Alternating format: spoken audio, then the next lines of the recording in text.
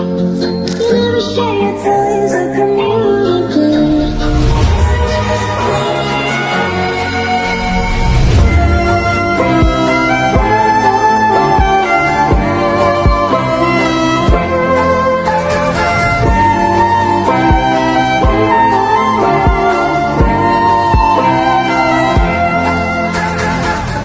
Baik, Assalamualaikum warahmatullahi wabarakatuh. Selamat pagi semuanya. Perkenalkan, kami dari kelompok 1. Perkenalkan, nama saya Siti Maifa Esra Aisyah dengan NIM H0524535. Di sini saya sebagai moderator dan di sini saya tidak sendiri, adapun rekan-rekan saya.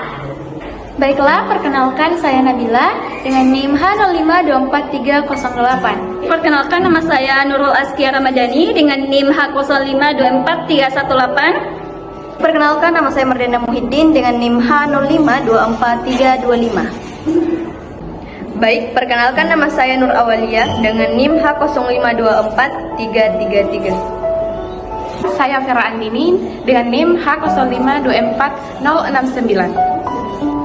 Nah, di sini kami akan membahas tentang penerapan kurikulum Merdeka di SD nomor 24 Impres Salepa.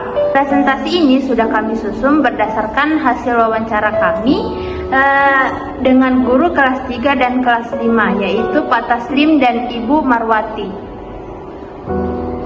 Nah, di sini sudah kami jelaskan mulai dari profil sekolah, strategi guru, tantangan, peluang, hingga penerapan, hingga kaitan penerapan kurikulum dengan teori dari Prof. Dr. Hamzah B. Uno. Langsung saja saya serahkan kepada pemateri.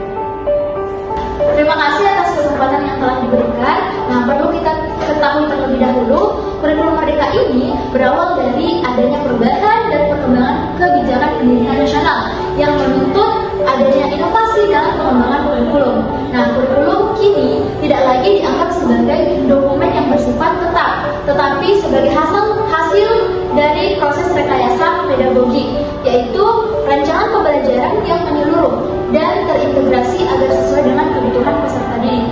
Nah, di sini saya pun juga akan menjelaskan mengenai profil sekolah yang sudah kita wawancarai. Nah, SD yang sudah kita wawancarai itu adalah SD 24 Impres Salepa yang berada di Kecamatan Banggai Timur, Kabupaten Majene. Sekolah tersebut sudah menerapkan kurikulum Merdeka sejak tahun 2022 hingga tahun ini, yaitu tahun 2025. Nah, guru yang ada di sekolah tersebut itu berjumlah sekitar 13 orang. Kemudian siswanya sekitaran 180 siswa. Nah, kemudian nama kepala sekolah di SD Salepa itu adalah Ibu Rasdiana Mas'ud SPD SD.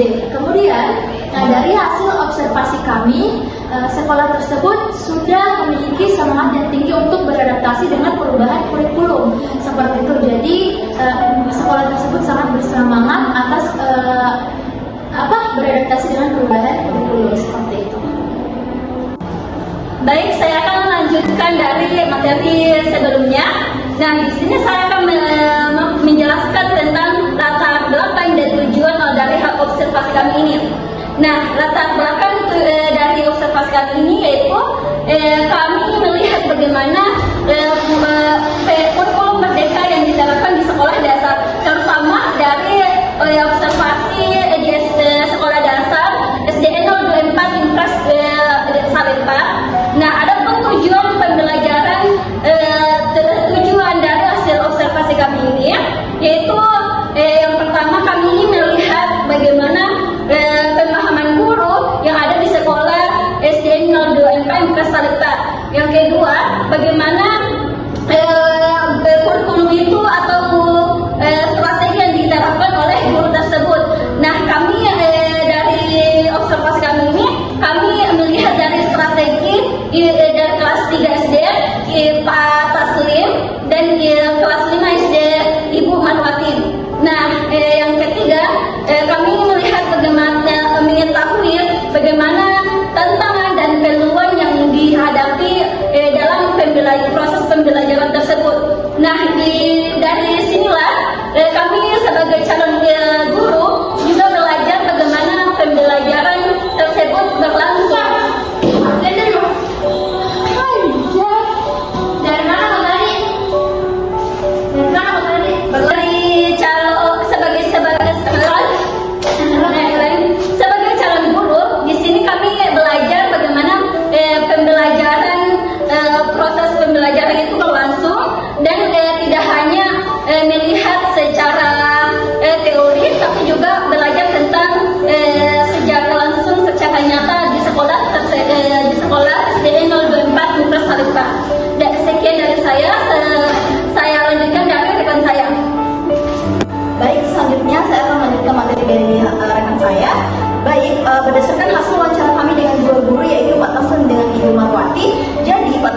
dengan Ibu Marwati memahami bahwa kurikulum Merdeka memberikan kebebasan kepada setiap guru untuk menyesuaikan pembelajaran dengan karakter siswa. Jadi mereka menilai bahwa kurikulum Merdeka ini lebih sederhana karena tidak lagi menggunakan kompetensi dasar, akan tetapi menggunakan capaian pembelajaran. Jadi menurut keduanya, tujuan utama kurikulum ini untuk membantu siswa belajar bermakna dan mengembangkan potensi diri siswanya. Baik, saya akan melanjutkan materi sebelumnya, di mana saya akan menjelaskan mengenai strategi guru dalam pembelajaran. Nah, hasil observasi kami, di mana guru kelas 3 yang bernama Pak Taslim dan guru kelas 5 yang bernama Ibu Marwati, di mana mereka ini masih sering menggunakan metode ceramah karena karakter siswa itu masih perlu bimbingan. Namun mereka juga mencoba mengkombinasikan dengan tanya jawab, diskusi, dan permainan edukatif supaya siswanya itu bisa menjadi lebih aktif. Nah, untuk proyek kelima, gurunya itu melibatkan siswa dalam kegiatan sederhana yang berhubungan dengan budaya lokal Mandar dan kegiatan lingkungan sekitar. Baik, saya akan menjelaskan tentang tantangan yang dihadapi guru dalam penerapan kurikulum Merdeka di SDN 24 Impres Salemba. Nah, berdasarkan hasil observasi kami dalam wawancara, yaitu ada dua guru yang pertama Pak Taslim dan Ibu Marwati, ada beberapa kendala. Nah, yang pertama itu keterbatasan sarana seperti proyektor. Kemudian yang kedua itu pelatihan tentang kurikulum Merdeka yang masih jarang dilakukan, sehingga guru di sana itu belajar secara mandiri dari internet. Dan yang terakhir itu kemampuan siswa yang berbeda-beda. Nah, dalam kurikulum Merdeka, guru diminta untuk menerapkan pembelajaran berdiferensiasi. Tapi kenyataannya hal ini tidak mudah karena ada siswa yang mudah menangkap pembelajaran dan ada juga siswa yang masih membutuhkan bimbingan yang ekstra. Jadi bisa disimpulkan bahwa meskipun guru sudah berusaha untuk menyesuaikan dengan kurikulum Merdeka, guru tetap perlu dukungan seperti fasilitas, pelatihan, dan kolaborasi agar pembelajarannya bisa berjalan lebih maksimal. Baik, itu saja dari saya. Terima kasih. Jadi ada pun peluang dan manfaat bagi siswa. Nah, meskipun ada banyak kendala, kurikulum Merdeka itu membawa banyak peluang. Guru itu bisa lebih leluasa untuk berinovasi dan juga menyesuaikan dengan pembelajaran yang berdasarkan budaya lokal. Kemudian siswa jadi lebih aktif, kreatif, dan juga berani berpendapat. Kemudian melalui proyek kelima, karakter gotong royong, tanggung jawab, dan peduli lingkungan mulai tumbuh di antara siswa. Seperti itu. Baiklah, materi-materi yang sudah disampaikan oleh rekan-rekan saya. Nah, ada sedikit tambahan bahwa keterkaitan teori dalam bab 6, yaitu buku pengembangan kurikulum yang dibuat oleh Prof. Dr. Hamzah B.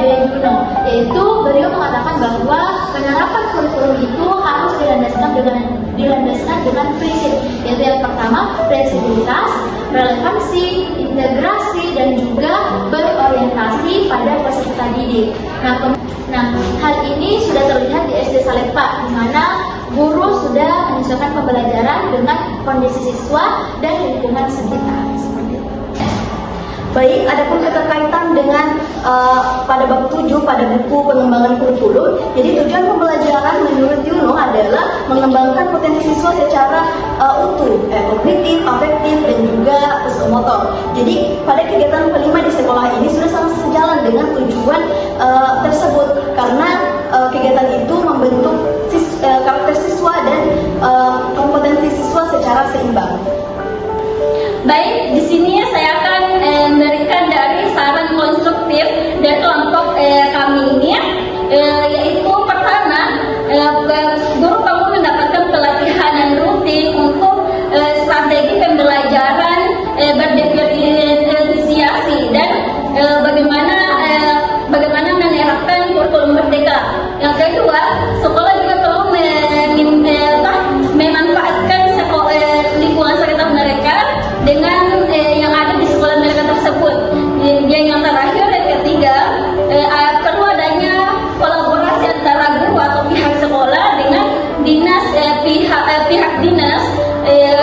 atau pihak dinas pendidikan untuk